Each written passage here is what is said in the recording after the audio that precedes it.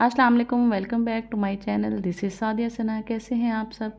आज हम आपको एक एक्सरे रूम के फ़िज़िकल टूर पे लेके जा रहे हैं, जिसमें हम देखेंगे एक्सरे रूम और उसमें कौन-कौन सी मशीनें मौजूद होती हैं, कौन-कौन सी चीज़ें, या फिर आप ये कह सकते हैं कि कौन-कौन से इंस्ट्रूमेंट्स हैं जो कि हमें एक एक्सरे रूम में रिक्वायर्ड होते हैं और किस तरह का एक्सरे रूम होता है। तो ये हम वहाँ जाके देखेंगे। तो चलिए हम आज की वीडियो स्टार्ट करते हैं।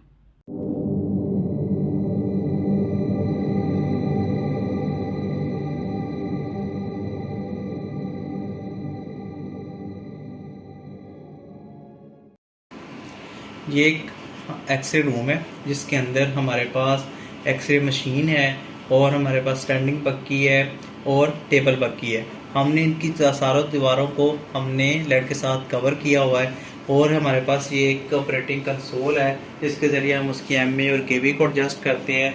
ये हमारे पास एक विंडो है जिसका लेड ग्लास विंडो है जिसके ज़रिए हम क्या पेशेंट को देखते हैं ड्यूरिंग प्रोसीजर कि वो पेशेंट मतलब ठीक है, जो उसके मतलब कि सांस वगैरह जब उसको कोई भी हिदायत की हैं वो मतलब कि सही तरह वो फॉलो कर रहा है कि नहीं कर रहा है, या उसके साथ उससे जितना हमने एरिया को टेस्ट किया था वो वाकई ठीक है। तो ये हमारे पास एक आ जाता है कि ऑपरेटिंग कंसोल का रूम और ये एक्सरे मशीन का रूम।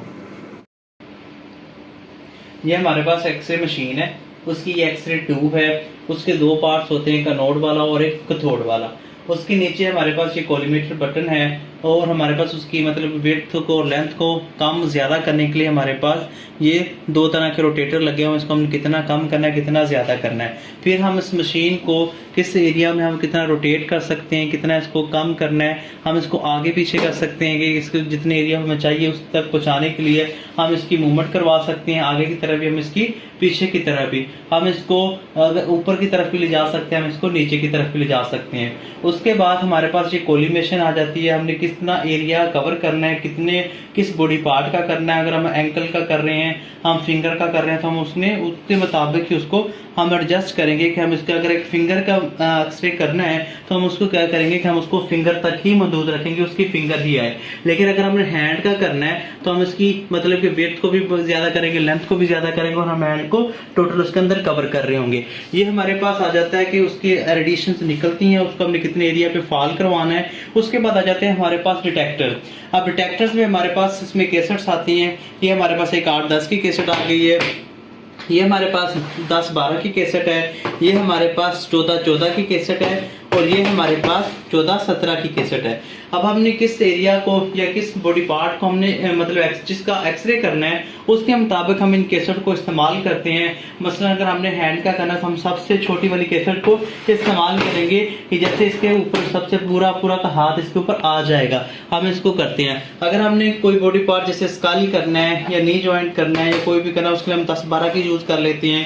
हमारे पास फिर 14-14 की जो कैसेट हम इसके लिए पेल्विस का एक्सरे परफॉर्म करना है तो उसके लिए हम इसको इस्तेमाल करते हैं। फिर हमारे पास ये 14-17 कैसेट हम जितने स्पाइन्स के एक्सरे मतलब लंबर स्पाइन, थोरैसिक स्पाइन, ठीक है, लंबोथोरैसिक हमने करने हैं, हमने मतलब कि यूबी का एक्सरे परफॉर्म करना तो हम इसके लिए क्या करते हैं, हम 14-17 की कैसेट को इस्तेमाल करते हैं। अब ये तो हमारे पास आ गया कि उस मशीन के जो कंपोनेंट्स थे, हमने एक्सरे ट्यूब के बारे में बताया, हमने उसके कॉलीमेटर के बारे में बताया, हमने उसके मतलब उसको कैसे कम और ज्यादा करने ये वाला बताया, उसको कैसे रोटेट कर सकते हैं। उसके बाद हमारे पास दो बक्कीज हैं, ये टेबल बक्की है, ये स्टैंडिंग बक्की है। हमने चेस्ट एक्सरे करना है, हमने कोई मतलब सर्वाइकल स्पाइन करना है, हम उसके लिए स्टैंडिंग बक्की करते हैं। कुछ नी के एक्सरेज आते हैं जो हमने स्टैंडिंग में करने होते हैं, तो उसके लिए हम ये वाली बक्की इस्तेमाल कर रहे होते हैं। फिर हमारे पास जो उसने स्पाइन्स के एक्सरे होते हैं मतलब थोड़ा लंबर स्पाइन वगैरह सारे हम क्या करते हैं कि टेबल बक्की करते हैं। अब इसके अंदर जब हमने कैसेट को लगाना है तो उसको हमने पहले सेंटर किया, सेंटर करने के बाद हमने उसके अंदर ये है उसका निकाला बाहर, उसके अंदर हमने कैसेट लगाई, उसको हमने फिर पेशेंट को लिटाया, उसके जिस बॉडी पार्ट पे करना था उसके ऊपर लेके गए। उसके बाद हमने उसको कोलिमेट किया उसने बॉडी पार्ट पे, और बॉडी पार्ट पे करने के बाद हमने अपना एक्सपोजर दिया।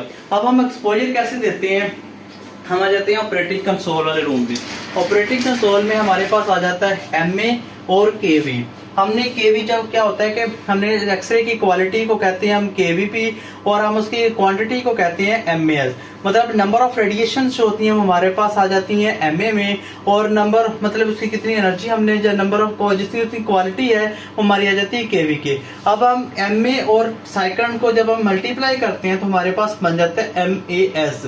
हम MAS को और हम KV को एडजस्ट करते हुए किसी भी बॉडी पार्ट को हम एग्जामाइन करते हैं। अब हमने क्या करना है कि ये हमारे पास एक लेड ग्लास है हमने लगाया हुआ है कि जब हम ड्यूरिंग द एक्सरे जब हम परफॉर्म कर रहे होते हैं उसके दौरान हम पेशेंट को दे सके। जब हमने उसको कोई भी मतलब कि हदायत की है कि उसने सांस रोकना है या मतलब उसने मूवमेंट नहीं करनी, उसकी रोटेशन ठीक हम पेल्विस कर रहे हैं, इनवर्ड रोटेशन में कर रहे हैं, आउटवर्ड रोटेशन में कर रहे हैं, किस तरह की वाकई उसने उस बॉडी मतलब जो पोजीशन बनाई थी उसको उसी पर है कि उसने अपनी मूवमेंट को चेंज किया है। तो ये हमारे पास सारी इसके बारे में आ जाती है। उसके बाद जब हम उस पर एक्सरे करते हैं, सारा कुछ परफॉर्म करते हैं, फिर हमारे पास आ जाता है कि हमने उसको रीडर के अंदर रीड करवाना होता है। मतलब हमने जो एक्सरे किया था उसकी जो जितना भी था उसको हमने रीडर के अंदर रीड करवाया। अब रीड करवाने से क्या है कि उसके अंदर हमने इसको रीड कराया, जो केसर हमने लाए थे उसके ऊपर इसको रीड करवाने के बाद हमारे पास रिजल्ट यहाँ पर शो होते हैं। अब जो हमारे पास रिजल्ट शो होते हैं वो जस्ट लाइक ये पेल्विस का एक एक्सरे है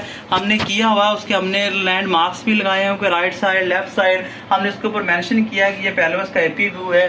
फिर हम उसका जो कंट्रास्ट है उसको सेट करते हैं, हमने कितना उसको हमारे पास मतलब जो जितना भी उसका कंट्रास्ट बेहतरीन हो सके हम उसको सेट करने की कोशिश करते हैं। फिर ये हमारे पास एक एक्सरे आ जाता है। फिर जब हमारे पास ये इधर से आ जाता है हम इसकी सेटिंग करते हैं। उस सेटिंग के बाद हम यहाँ से कमांड देते हैं और कमांड देने के बाद क्या होता है कि हम उसको यहाँ प्रिंटर से प्रिंट देते हैं। अब प्रिंटर से प्रिंट आने के बाद हमारे पास फिल्म आ जाती है और एक हमारा एक्सरे बन जाता है।